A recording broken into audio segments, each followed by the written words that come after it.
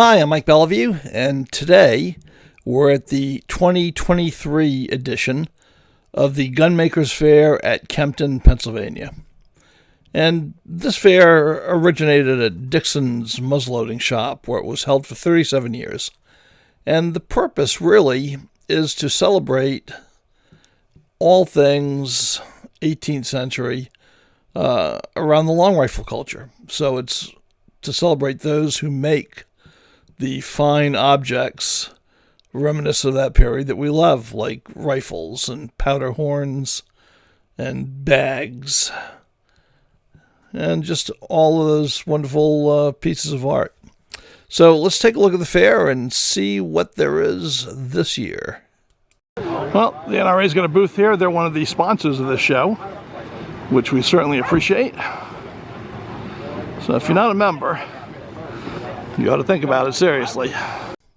The NRA is not the NMLRA is not the only sponsor of the show. There are actually 4 organizations that got together to put this show on, and really we have to be very thankful for them. So there's the National Muzzleloading Rifle Association, which we just mentioned.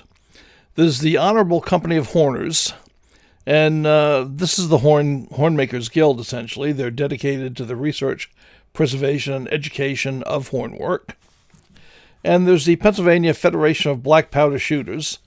This is an organization of clubs and individuals interested in the activities associated with black powder firearms. And the 4th sponsor is the Jacobsburg Historical Society. This is the home of the Pennsylvania Long Rifle Museum.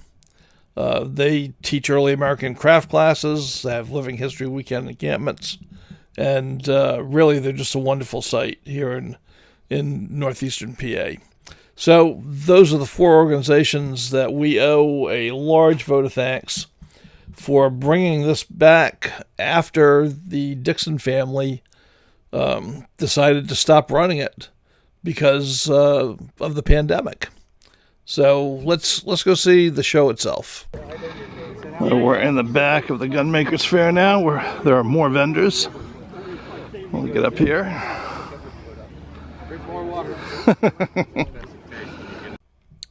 Well, I'm on my way to the 2 main fairground buildings that house most of the vendors, but there are vendors lining the whole road going up there, and a lot of these are more of the period vendors, because behind this area there's an actual camping area where we've got 18th century reenactors camped. So we've got clothing vendors, we've got gun vendors, horn vendors. There's quite a bit right out here on the pathway going up to the main buildings. I've got a display of 17th century arms here. When he got home, none of his friends would believe it. Yeah. Some beautiful matchlocks. What's the newest one you had on Facebook? Dog lock. That one. Yeah. 1650s Dutch. Oh, that's the Deutschwein. When it speaks, you don't want to be on the other end. Speaks volumes. Yeah. So there are 2 buildings where most of the vendors are set up. And the best way to describe those 2 buildings are as the unair-conditioned building and the air-conditioned building.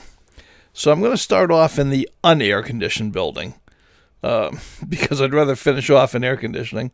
And I should point out that the temperature was 98 degrees and the dew point was about 72. So this was a pretty sultry day. So that air conditioning later is going to feel nice. But the first place I wanted to stop was Adam Dobbs' table. Adam is an up-and-coming young builder. We've camped together. He's a real good guy. And in fact, he is building me a Fowler right now, a French fusil de chasse that I hope to have by the end of the year. So Adam's got some great stuff on display.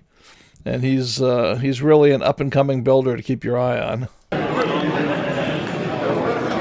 If you're a builder, you can get virtually any part you need here for making your rifle. There are vendors that sell all the bits and pieces you could want. Guys like Dave Keck at the Knob Mountain Rifle Shop can outfit you with all of the parts you need to build a rifle, from a pre-carved stock to all the bits and pieces that go on it. And you can get a spectacular barrel from Race Barrel Works. So if you're into building your own, the show is also an excellent place to start. Now, one of the big surprises for me, almost as soon as I entered the unair-conditioned room, I saw my friend Mike Miller. And Mike is one of the absolute best flintlock rifle builders in the country. I mean, he is top-notch. And he's also a fantastic guy, just a very nice guy. But I typically don't see him north of the Mason-Dixon line. And in fact, I'm sure this is the first time I've ever seen him at this show.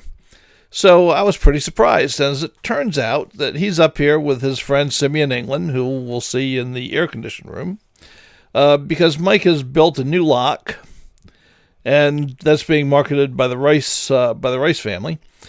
But he used that lock in a rifle that is going to be raffled off to benefit the Wilderness Road State Park, which is where Martin Station is. And I'm going to let Mike tell you about that in his own words. This is the second lock built that I've bought, and I bought 3 of them. This is an Augusta County, Virginia rifle, and so this is the first gun built with that lock. And it's going to be for Martin Station for Wilderness Road State Park, and they're raffling it off. Simeon England's got a bunch of the tickets up there, and I used it as a demonstrator in a carving class I did at Western Kentucky University last month, and then I finally got to put the finish on it and played with it. This is a really fine little lock. I'm really impressed with it. That's a beautiful rifle, that's for sure. It's not bad. It's off a couple of original Augusta County guns, and the carving is really neat and kind of unique to that particular area. You ought to buy some tickets for it. Of course, Mike's not the only builder here. All of the beautiful long rifles that are on display, made by some of the nation's top builders, are the major draw of this fair. And there's no doubt that if you're a fan of the long rifle, you're going to see something that you like here.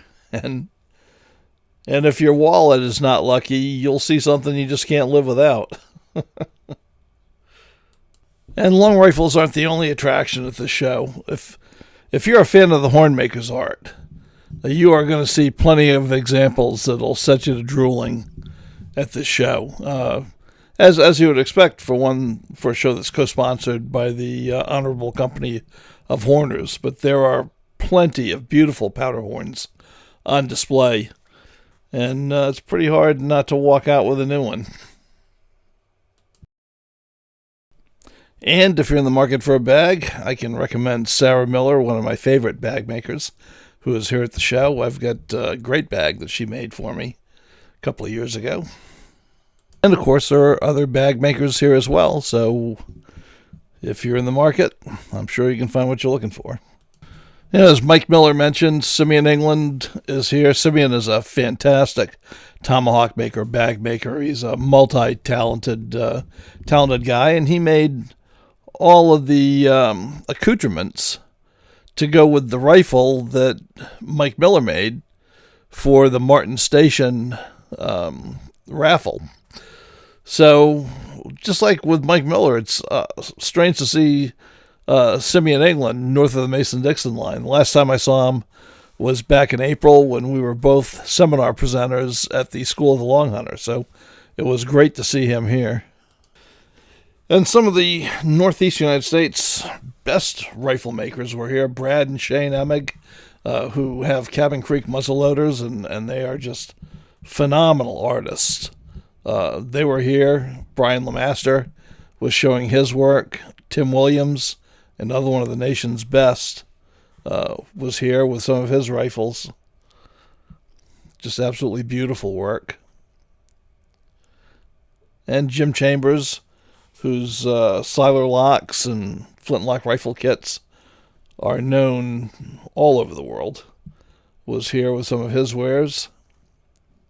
Alan Martin was here, a great Pennsylvania builder. And Mitch Yates from Long Island, also an excellent builder and silversmith. All here at the show, so it was really great to see them. And Mark Whalen was here. He operates out of Huntingdon County, Pennsylvania, and is just a phenomenal builder, as so many of these guys are. I'm really fond of Mark's work, and I've got to admit, I don't need another rifle, but I was severely tempted by this beautiful Jaeger that Mark had made. And I'll tell you, if it wasn't for the fact that I really need to save my shekels to pay the lawyers for my fight to be able to shoot on my property at Duelist Den, I would have really been tempted to buy this gun. I mean, it's probably lucky for me that I need to save my money at this moment, because this Jaeger was just talking to me. I just thought it was gorgeous. Mark Whalen built this beautiful Jaeger here. All right, have fun.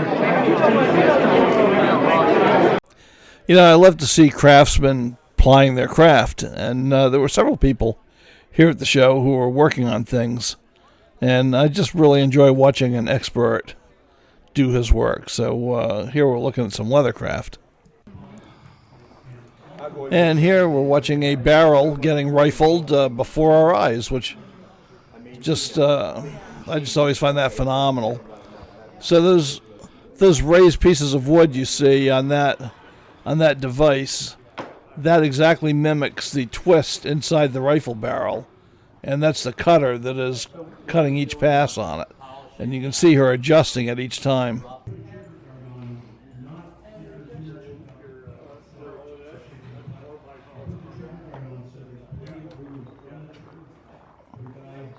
Okay, what have you got there?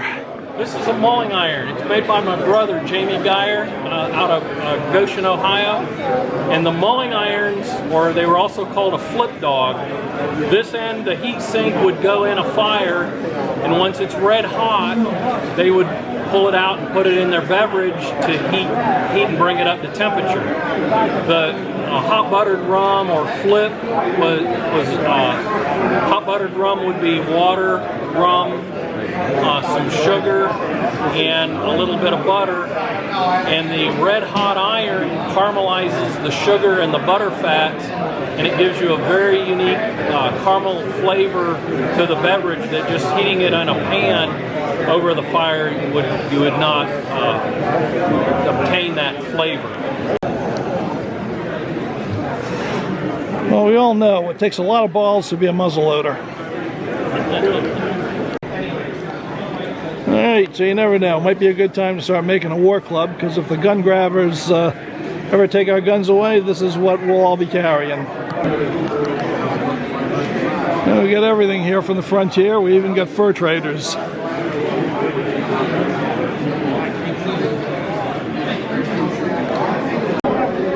All right, so this is the judging area, and rifle builders, horn makers, bag makers will all drop their wares off here, and they'll be judged in a variety of categories based on the experience level of the builder. And winning a ribbon of Dixon's is or now at Kempton, is a big deal. Well, this is a great show for horners.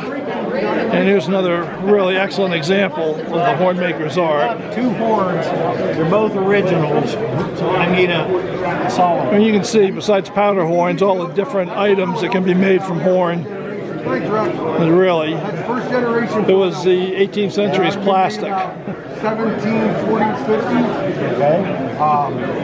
I try to say his work. You know, of course, the Kempton show is a great gun show for flintlock rifles and powder horns and things of that nature. But as you've seen, it's also an opportunity for makers to have their work judged by a jury, and to be able to see their progress, their improvement.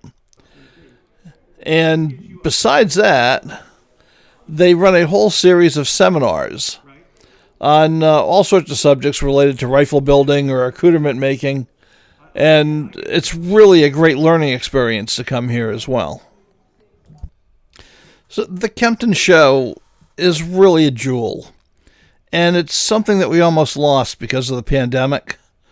And it's only because some really great organizations like the NMLRA and the Jacobsburg Historical Society and the Honorable Company of Horners and the PA Federation of Black Powder Shooters, it's only because they got together and put in some real hard work to bring this back. And we definitely owe them a debt of gratitude. And I hope the show goes on for at least another 37 years. And I hope I see you here next year.